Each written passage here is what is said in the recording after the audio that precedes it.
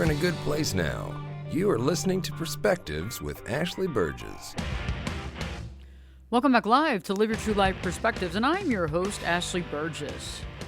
On today's show, we're going to be addressing giving one strength to move on out of a toxic relationship. You know, more often than not, when we find ourselves in a toxic relationship, we've gone back multiple times. We've tried it over and over again, and we keep doing it because why? Because that's part of what we've always done. Many times we feel that if we just give more, if we do more, maybe we'll solve the issue, we'll solve the problem, we'll make it work.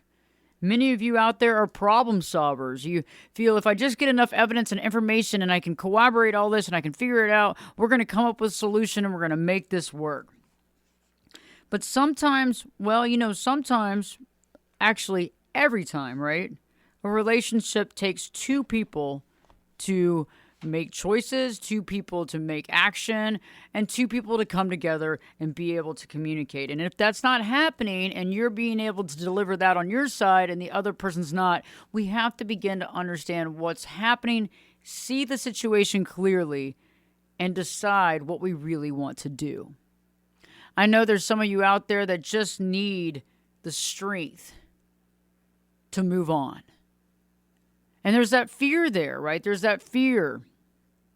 There's that shame. There's the guilt. Oh my gosh, I'm going to be a divorcee. Here we go. I don't really want to do this. I don't like that label. I don't like how that sounds. I feel like I screwed up. I messed up. I don't want to feel that way. But do we want to stay in that type of relationship just because we don't want people thinking that we screwed up or because we're embarrassed about having a divorce? Or do we want to move on and do what's right in our life to begin to find ourselves and to understand ourselves clearly? In today's show, I'm going to help you gain that strength you may need to be able to focus on what you need to make those decisions and to make those choices so that you can begin to live the life that you had hoped for and be able to do that in an authentic way. The first thing that I want you to think about, if you're teetering on leaving a toxic relationship, perhaps maybe you've moved out, perhaps maybe you're trying to separate from a marriage, but you just can't do it.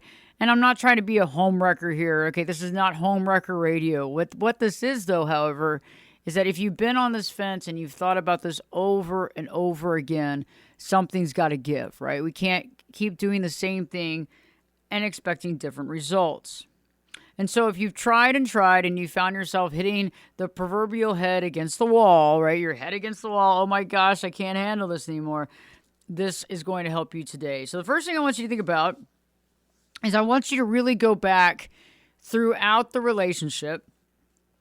And I want you to begin to journal on things that happened in the relationship that you didn't feel were very healthy or positive. And I want you to start journaling on that. The events of the relationship, a lot of the things that probably stand out in your mind, and maybe some things that don't. Because remember, when we are in a relationship that's not healthy, we have a tendency of seeing things differently. We have a tendency of trying to sweep things under the rug. We have a tendency of not really wanting to see what's happening. And so a lot of things can just kind of go under the radar, right? Because we don't want to see it. There's so many things happening. You don't need to see all of it. And so I want you to begin to kind of open your eyes back to a lot of the events that took place. Recognize how your spouse or girlfriend or boyfriend or significant other was acting. You know, writing down some of those things that really stand out in your head. And I've realized that I'm not saying we want to make them out to be a villain. That is not what I'm doing here. We're not executing black and white thinking. We're not saying, okay, yes, let's do a bunch of splitting today. Let's see this person as a horrible, horrible person, and then we'll move on. Well, we're not doing that. What we are doing, though, is seeing things clearly. Because, see, the thing is that a lot of times when you're in a relationship that's not totally healthy, the small things that someone does that's not toxic becomes these big things. And we like to call those crumbs, right? It's the crumbs in the relationship. You get a crumb here, you get a crumb there, and those crumbs begin to add up, right? And they add up really big in our head because we need some sort of validation, some sort of anything to stay in this relationship and try to keep our head above water. And so I want you to begin to look back at the beginning of the relationship too. So that can be very helpful because a lot of folks, when they start working with me, they say, hey, the beginning of the relationship was really great. This person was all into me. They were very interested in me. There was a lot of attention. It was like they couldn't do enough things for me. And it's interesting because that can be a whirlwind romance, right? In the beginning, when somebody is, showering you with attention and gifts and care and all those great things, it can be very intense, especially if you came out of a relationship previously where the person wasn't giving you that kind of attention, where you didn't get that support, where you didn't get that kind of admiration. And so it can be interesting and it can be challenging to really see what that phase of the relationship was, honestly. And, I put out a lot of content, create a lot of content across the board, especially on YouTube and all other social medias. And we have a lot of video content on like the love bombing stage. And I just recently, recorded a radio show and did a podcast on love bombing. And you'll have to check that out when you can because, it's interesting when you are experiencing the love bombing phase in a relationship, which comes at the beginning of a relationship in some relationships, right? And I think the difference between love bombing and, genuine care is that, the love bombing eventually ends and the relationship begins to change. And in that love bombing phase, there's a lot of things that happen. There's like no boundaries usually. We kind of jump in very quickly to the relationship. We get overwhelmed in a very romantic, positive way. And then eventually as the dust seems to clear or the smoke seems to go away, we start seeing kind of problems in the relationship. We start seeing, chinks in the armor, really. We start seeing those issues. And, as we go through that process and we come out the other side, we begin to realize, wow, we don't really understand what was going on. We want to get back to that time period. We want to get back to that love bombing phase, which we don't really know is love bombing, right? We just think that it's attention. And we think that it's this romance that, you see on TV or on the in films or in movies. And so we get drawn back into that. And then we try to give of ourselves and trying to get back to where we were before, only not even realizing the situation and subconsciously knowing that there's some sort of pedestal situation, but not really understanding that. And so looking back at the beginning of your relationship can be very eye-opening and very telling. First off, asking yourself, was there any love bombing that took place in my relationship? And look at it very clearly. I mean, look at the other person, look at the situation, analyze that and see if that's true. Was there a point in the beginning of the relationship where you were put on a pedestal where you could do no wrong? And really look at that too, because that can really take a lot of folks off target as well, is that if you were put on a pedestal and you could do no wrong, eventually that changes, right? And eventually somehow or not you fall from grace and you don't understand what the anger is. And all of a sudden that person is finding problems and issues with you. And they're telling you and they're pointing those problems and issues out. And so really examining the beginning of the relationship as well as begin to examine the events much right after the love bombing. Because a lot of those events you're going to see when there was arguments, when there were fights, when there was insecurities. Perhaps your significant other had issues with your previous relationships, your previous wife, maybe the kids from your previous marriage. Those could have also caused a lot of argumentation. And remember, that's one thing is that when you're getting love bombed and you're not even knowing it, you're just getting all this attention, you don't want to let that end. You want to keep going with that. It's a really good feeling. And so when they get angry at you or they get upset with you, you want them to stop. And so you want to do anything you can to get them to stop. And so sometimes we begin to agree to things that we don't necessarily need to agree with. We begin to acquiesce to things that we wouldn't necessarily do if we weren't under that spell, right? So it's like, looking at some of the things that you acquiesce to. What were some of those things? Did you limit the amount of time that you spent with your kids from a previous marriage? Okay. Did you end up eliminating time that you would normally spend with friends that you have a lot of good connection with? And because they were very insecure about your friendship, did you find yourself eliminating those friendships, barely calling, barely talking?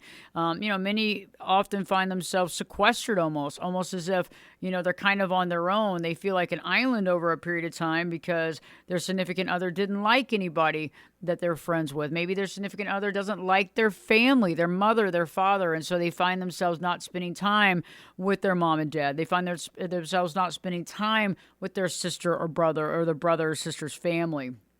And that can be very interesting because we can acquiesce to agree to this, not really realizing it's all subconscious, but we're trying to get back on that pedestal, right? If I give them this, will I get treated like that? It's Pavlov's response, right? It's kind of the same thing, right? I'm going to get a treat. I'm going to get this. I'm going to get that.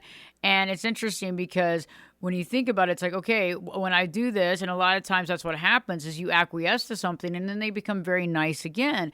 The problem is you don't realize that a lot of times as you keep giving, they will keep taking. It's not going to ever be enough. It's going to be a bottomless pit because of the insecurity and the fear within them that you cannot fill, right? But in the process, we don't realize this. So I really want you to begin to look at the events that took place after the love bombing, maybe the things that they wanted you to agree to, maybe the things that you agreed to that you didn't want to agree to try to keep the peace, right? To try to not rock the boat. And that can be very revealing as well, is because we've done a lot of things probably in this relationship that we maybe want to go and speak to friends. Maybe we want to pick up the phone and apologize for cutting people out. Maybe we need to talk to our children from that previous marriage, and bring it up and say, hey, I really wish I would have maybe spoken up, or maybe you did speak up about the situation, but there was arguments and fights on a constant basis when you did speak up, and so you just kind of gave up, or maybe the kids from the previous marriage didn't see all the work that you were doing or the fighting that you were doing to try to get things to work out. And it can be really helpful for people that are in your life that didn't really understand what was going on, for you to begin to reach out to them and explain what was going on. I mean, as much as you can, as much as you feel comfortable explaining, but explaining what was going on. Hey, I she or he, they didn't, they didn't like me having friends. And unfortunately I acquiesced to that, and I shouldn't have done it, but I was trying to keep the peace. I was trying to keep the relationship, and you happen to be collateral damage. And I do really care about you. And there's not a day that hasn't gone by that I've wondered how you're doing. And I'm here to just make an amends, and I'm here to apologize for some of those actions. And I hope that eventually one day you can accept my apology, and maybe we can eventually, work on our friendship. Or even if this is a child from a previous marriage, I was there. If we can work on our relationship and anything that I can do, and I hope that you understand, my position, and I apologize. I think it could go a long way, because in these relationships, we don't realize how much we cut out around us. We also don't realize, honestly, the impact that it has on the people around us, quite honestly, right? So we don't realize that when we're in a toxic relationship, let's just say an unhealthy relationship, because I think the word toxic gets overused quite a bit, but let's just say an unhealthy relationship, we don't realize the ripple effect that it has on family and friends, right? And so there's a huge ripple effect that it has, and we need to just get that right. We need to reach out, and if the shoe is on the other foot, right? And let's say that a friend of yours, or, kind of cut you out overnight from hanging out, and he didn't really understand, and, and they came to you and apologized. I think eventually you'd probably accept their apology. You might not trust them initially, but at least you see the reason. There's some understandability, and you can understand at least from where they came from, and then you can work to rebuild that friendship. When I return, I'll be talking about more about things you need to look at and examine to be able to give you that strength to move forward so that you can leave this relationship for good. Okay? Here we go. Stay tuned. Live Your True Life Perspectives with me, your host, Ashley Burgess, will be back in. I'll be back this time in 2 shakes.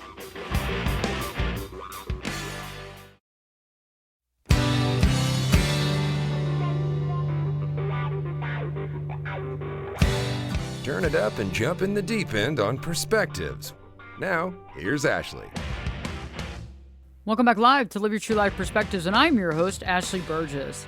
On today's show, I'm offering advice and strength to anybody that's going through an unhealthy, toxic relationship and needing to move on, but needs to find the strength to do it.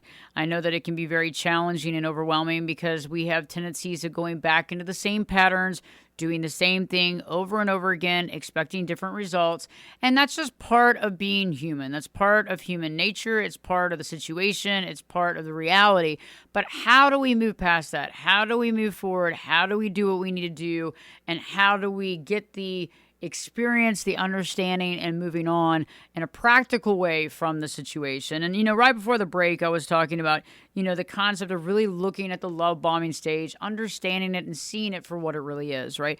Really seeing it for what it is, seeing it for the truth, right? Not trying to sugarcoat it or make it into this, insane, amazing romance, but seeing it for the fact of what it is, and if you don't know exactly what love bombing is, or the pedestal phase, or the devaluation or discard phase, I have multiple YouTube videos as well as podcasts on this exact subject that can be very helpful for you to understand that topic and subject matter, so you can really understand and see if that was a part or is a part of your relationship. The next thing that I want you to do, like I was speaking about earlier, is really looking at the events that took place in the relationship clearly. Looking at it clearly, because sometimes we have a tendency of sugarcoating things. We don't necessarily see the truth. We want to see what we want to see. We want to see what we want to see. We're very good at seeing what we want to see to create the narrative that we want to create, So, and going back to the concept of these relationships, it can be really challenging because many of us actually define ourselves based on our relationship, right? We define ourselves being in a relationship. We see our value because we're in a relationship. Think about it. Many of us have codependent tendencies, and we can go into attachment styles all day long and talk about, okay, well, I feel better when I'm in a relationship. I feel better when I have someone to spend time with. And because of that, there's a tendency of accepting people's behavior that we don't need to necessarily accept. Accepting people's situations that go against our values and go against, what we believe in, what we stand for. And so we need to see the truth in that relationship. And we also need to realize too, I think that a lot of times once we begin to see the truth and we see where things are and we see how the other person's acting and we see the impact of their actions on us and that stress and anxiety that many of you are carrying around. I know that many of my clients tell me, they say there's so much stress and anxiety dealing with my significant other. And, I've had clients that have moved out and, and gotten their own place, even in a separation. And they say, just in the immediate few weeks, my stress level's down, my heart rate seems better, I feel better, I look better. But that honeymoon of being on your own has a tendency of waning, and then eventually all of a sudden you're there saying, oh my gosh, what do I do? I'm this age, I don't want to be alone, or I don't want to be living in this apartment, or I feel like I've had, this failed marriage. What do I do? And so that guilt and shame can start entering into our brain and making us make decisions that we probably shouldn't make. And so that's why I wanted to create this podcast today, so that you can connect with and resonate with some of this content. Because think about it. If we allow the guilt and shame to get in there, right, what happens? We stay in a relationship that's probably very unhealthy for us, and it keeps us away from understanding our full identity. Okay, it keeps us away from understanding our identity and really seeing ourselves, because if we're constantly acquiescing and giving in and allowing the other person to do whatever they want without boundaries, where do you think this is going to go, right? Eventually, you keep giving and giving and giving till there's absolutely nothing left to give. And so that's the big conundrum, right? It's like, even if you stay, are you a shell of a person in the process of staying, but you're only staying because you don't want to leave and you don't want to have a failed marriage? And I think that it's much worse to have a failed identity, to not see your full identity. And our purpose is understanding exactly who we are. And so if we allow a relationship to get in the way of us understanding our value, we've allowed a relationship to derail us from our purpose. Stay tuned. I'm going to be giving you more information that you can keep and hold on to be able to move out of this toxic relationship and really find your true self. Live your true life perspectives with your host, me, Ashley Burgess, will be back in. I'll be back this time in 2 shakes.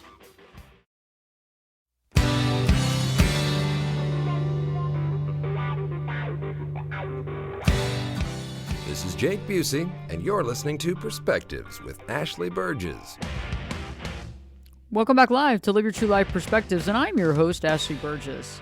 On today's show, I've been helping folks who are going through toxic relationships to be able to have the strength to be able to see the truth and to be able to move past the relationship in a healthy way.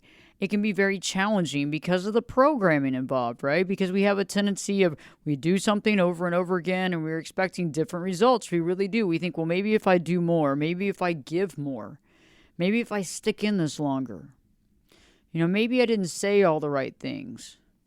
Maybe if I just did this or did that, it would work out. And, every relationship has two people involved.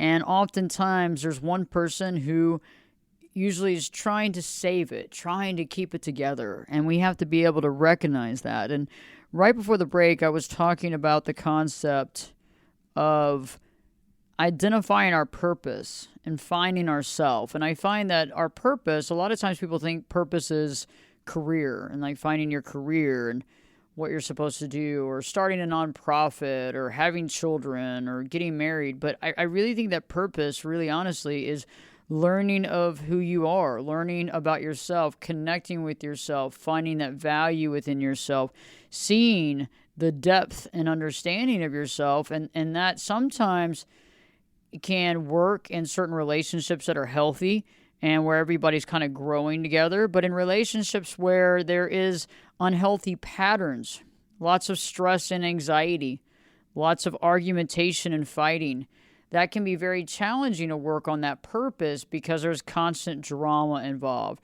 There's constant stress and anxiety that's creating problems, right? Which we end up fixating on those and focusing on those when we could really be using our time much better if we weren't spending it doing that. And I feel like one of the best things you can do right now to have that strength, to do the right thing for yourself is to see the truth of the situation, but also look at the situation and look at some of the things that really happened through the marriage, through the relationship. And I'm not saying, hey, we're trying to make this person out to a villain, but I want you to see some of the mean things, some of the hurtful things, and kind of look at it and start kind of writing up a list of some of these things. And I'm not talking about harboring resentment or whatever, but I'm saying we should have a list to be able to see what really happened in the relationship and be able to acknowledge the truth of what it was like more often than not. Because those things can be very helpful. I think we have a tendency of doing it more in relationships that aren't as close to us. Like if you had a friendship relationship, and somebody took you for granted multiple times, stood you up, maybe took some money from you, maybe lied to you multiple times, you probably wouldn't accept it as much as if you were in a romantic relationship with this person. And I've asked that question of many clients throughout the years and years of me working as a coach and providing the services. And I ask, would you have accepted this behavior from a friend? Would this be acceptable behavior? And every single time I hear the answer, no. I would not accept this. I would not still be friends with this person unless we were able to communicate and discuss it. And this person, we walked through it. We didn't keep repeating this and there was some remorse. There's definite no way that I'm going to continue to walk down that path with a friend. And I want you to look at that. Turn the tables around. Look at it. Is it okay what's happening? Is it okay the treatment that you're receiving? Look at some of those things. Write up a list. Analyze it. Look at it clearly instead of sugarcoating it. Many times we sugarcoat these situations because what? We don't want to see it. We don't want to deal with the truth. We just don't want to deal with it. Why? Because we don't. I mean, how many of us really want to see our relationship and see it failing? How many of us don't want to see that kind of truth? And the only way for us to grow is to begin to see that truth, is to see that reality, right? That's the way that we grow. But it's hard because many of us have dealt with this from childhood. Think about it. Many of us have family upbringing.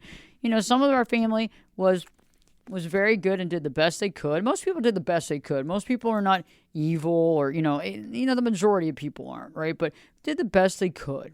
And in that process, we grew up around certain personalities and we developed those personality traits, those attachment style traits. And those attachment style traits can have a tendency of keeping us in relationships that no longer hold value, that are not healthy. When I say hold value, I mean are no longer healthy or may have never really been healthy, to be quite honest with you. When we look at relationships, we got to really analyze it. How healthy is this relationship? Is this relationship healthy, and is this something that's prospering in my life? Is this something that is giving value in my life? Is this something that's helping me to see my value? Is this something that's helping me to get to that next level in my life? Is this something that's helping me excel or learn more about myself? And I think even in some of the toughest of relationships, the one good thing that we can say that we got out of it is that we learned things about ourselves. We learned what we will or will not accept. And that's very powerful. But once you realize after a while that you don't want this in your life, how long do you want to continue to live this way? And I think this is very important to think about, very important information to really think about, because how long do we necessarily want to live this way? How long do we want to do that? And that is very important. And I think sometimes people can live for a very long time in a relationship that's not providing any value, but not just not providing value, it's not allowing growth. It's not allowing growth. It's not allowing the ability to learn and grow and really understand what we stand for. And the way that we can understand what we stand for is, first off, we have to understand what our values are. What do we stand for? What are our values? And really look at those values and understand those and understand what they are. Instead of like regurgitating what you were taught growing up, I want you to really think about the values that matter to you. I want you to think about, what are those values? What are the values that matter to you? And what do they mean, and how do you define them?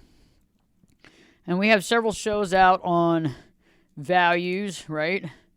And those are great because we all have different values. And some of the values that I have, for example, one of my favorite values that I hold very dear to myself is independence.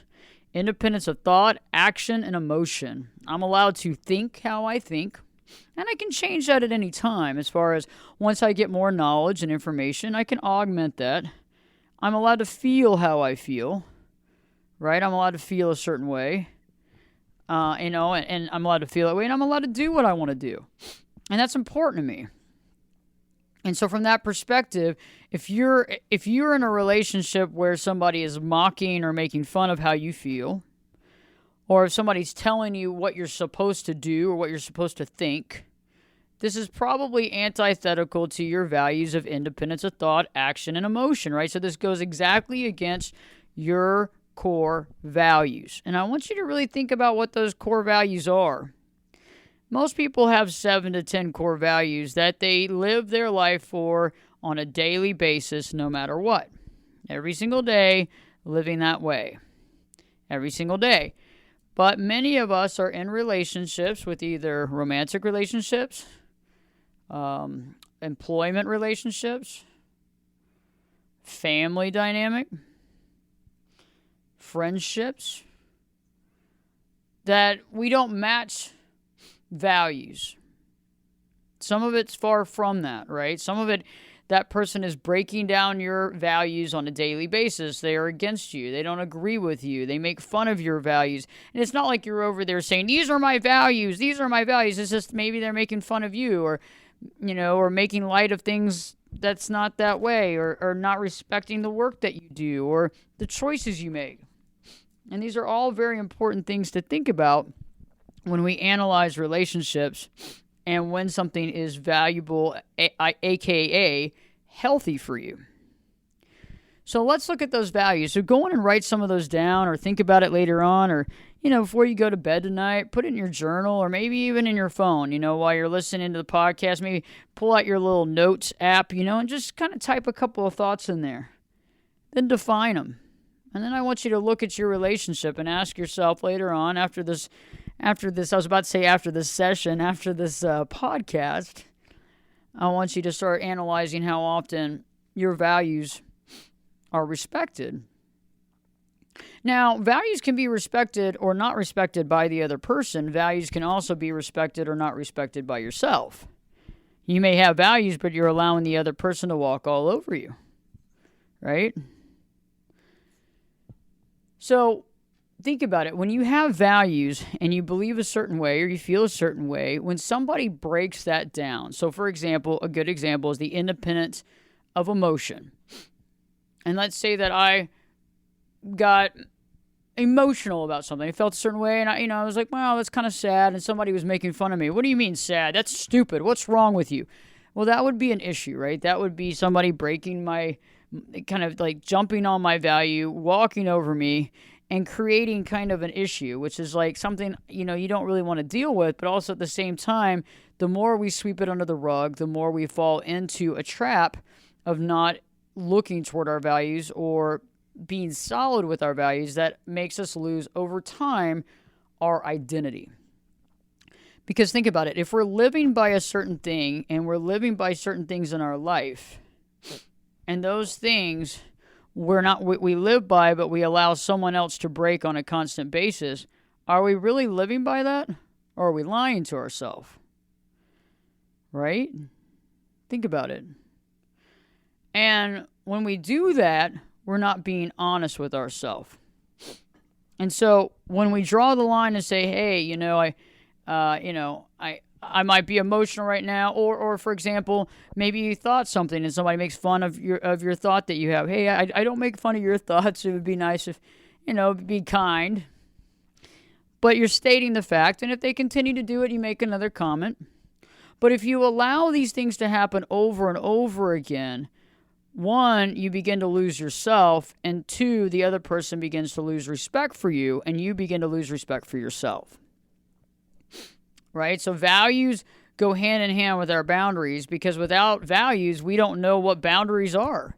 Boundaries are not just arbitrary things that we decide to create boundaries with. Boundaries are real things based on our values. And this directly relates to our identity, which directly relates to our purpose. So I want you to start looking at the relationship that you're wanting strength to move on from. I'm wanting you to look at that relationship that you're wanting strength to move on from. And I want you to really look at it honestly. Has this relationship really helped you in life? Is this relationship currently helping you in life? Okay? Are there some things that you've learned, good, bad, or indifferent? I don't think there's any good or bad. I think it depends on how you define it. How do you define it? What have you learned through this relationship? If you said, wow, I've learned a lot. I've learned a lot about what I don't want to do. I've learned a lot about who I am. I've learned a lot about standing up for myself. I've learned a lot about the decisions I made and why I made the decisions based on my childhood upbringing and how I had a tendency of being codependent and I let somebody walk all over me. I've learned a lot, Ashley. I really have. Okay. Have you learned enough? Have you learned enough? Because that's a big question, right? Because some of us haven't learned enough. Some of us, we need to go back in it. We got to try it again. We got to get back in it. We got to get back in the thick of it. I've had clients that they'll come to me on their first session with me, and I get a little background, and they say, oh, yeah, I just moved in an apartment. Trying to, separate from my husband, separate from my wife, and usually what happens if they don't have the strength because they haven't started really working with me at that time yet, they'll go back and they'll get back into it for a few weeks, and then I'll get a call, I get a message, can I get in and see you? But the thing is that we get there and they say, I can't believe I backtracked. I said, well, you didn't have the proper tools to not backtrack. Right? The proper tools. You needed the tools and the ability to see your value. You've got to work on this. You have to see what you're losing by staying and what you're gaining by leaving. Right? We gain things when we leave. And we have to recognize and realize what that looks like. So we make the best decision and we make the best choice for ourselves, instead of going blindly or instead of going back down that programming path that we have so many times. Also, remember, you've probably gone back and forth in this relationship so many times, you don't even care to tell me how many times. And that's okay. But see, there's a program, there's a cycle, there's a pattern. And patterns are hard to overcome. They're hard to break because it's hard to see another way if you don't have the tools and information to see that other way. And so I really want you to start thinking about this. Start thinking about looking at the events of the relationship, understanding the love bombing phase. And you can go back and listen to other podcasts that I've done on love bombing. You can look at also the YouTube videos on Ashley Burgess. Just go to YouTube and put in Ashley Berges. You can find the channel there. And right now I want you to think about the values. What are those values that you stand for? Okay?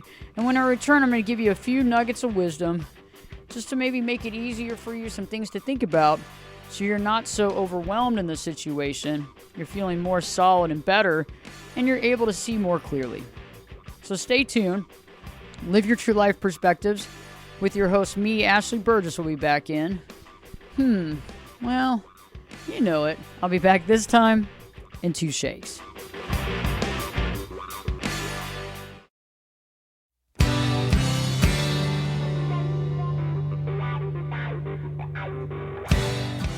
Get in here. You're listening to Perspectives with Ashley Burgess. Welcome back live to Live Your True Life Perspectives, and I'm your host, Ashley Burgess. On today's show, I've been talking about getting you strength to leave the relationship that happens to be toxic. How do we actually get the strength, right? That's one of the most challenging situations. It's one of the most challenging situations because you can even have the facts in front of you, but there's a tendency of, I feel stressed, or I feel guilt about leaving, or I feel shame. What about the shame of leaving the relationship or getting divorced? And I feel like, I understand that there's societal thought processes. I know that we put our own stress on us, like, oh, I couldn't get this marriage to work. What's wrong with me? What's wrong with me? And I understand that pain and I understand that suffering. But at the same time, when we think about this, if the relationship is not working out and it's not healthy to be in, the longer we're in it, the more it takes us off target from where we need to go. And I've realized that, yes, when we think about marriage, it doesn't seem like a small thing, right? It seems like a big thing. Like, marriage is a big thing, and if it doesn't work, it feels really overwhelming. I can't believe this didn't happen. But at the same time, a marriage also is supposed to be, it's supposed to be helpful. It's supposed to be a good relationship. It's supposed to be a solid, healthy relationship. And if we're dealing with toxicity, or we're dealing with things that are just not working out in the marriage, it's really challenging and it's hard. But at the same time, maybe there's children involved, and you say, hey, I got these children involved and I'm worried about that, and I'm worried about that concept. What happens with the children? And I think that, when we're honest with the children and we work with the children, some people are going to be very challenging in a divorce proceeding type situation if that's where you are. However, it's better done now than continue to kick it down the road. And what I mean by that is that if you're already feeling it and there's already anger and resentment and this type of buildup and toxicity, anybody that's around that toxicity is going to feel it. Anyone that has a pulse, that's able to even see things or analyze things, are going to be able to feel it. And children are very well connected. And when people are happy or they're living their truth, I think that people can pick up on that. And I feel like if you're looking at it and you're saying, hey, I've been listening to this entire podcast, I've been looking at the events of the relationship, I've been seeing the stress, the anxiety, the pain that I've gone through, I'm seeing the truth, I'm realizing that the good times, for the most part, outside the love bombing, were kind of crumbs to some degree. I'm also realizing that I don't want to get to the point where I really just dislike this person. I still care about this person, but I just don't want to be married to this person or be living with this person or be in this deep of a relationship. Because I think sometimes we can wait too long to make changes, and that can cause problems too, right? Because there can be hatred, there can be anger, and I really think hatred is a part of love to some degree. I don't think you can really hate somebody without having some really deep feelings, and I don't really understand hatred very much, and we'll have to do a podcast on that at some point in time. But looking at the things that have happened, looking at your needs, looking at where you want to be at in life, looking at your values. What are your values? What are your values? What do you stand for? Is this relationship allowing you to bask in the glory of those values? Is your relationship allowing you to see that reality? Very good question. Very good question. And I'd like you to ask that because I think that can be very helpful right now. Because some of you might say, you know what, I'm actually looking at it and, there's a lot of good things coming from it. And maybe I need to relook at this. Some of you may be saying, hey, you know what, I haven't been able to be true to my values this entire time. I've actually lost a lot of my identity. I've got to start sorting this stuff out and creating boundaries.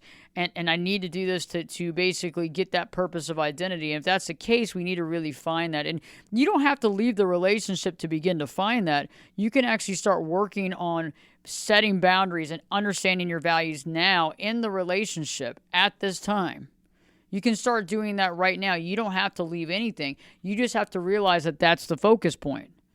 You have to realize that's the focus point, and that's what we're doing here. And if you begin to see that, you can work on this in the middle of being in a relationship. You do not have to wait.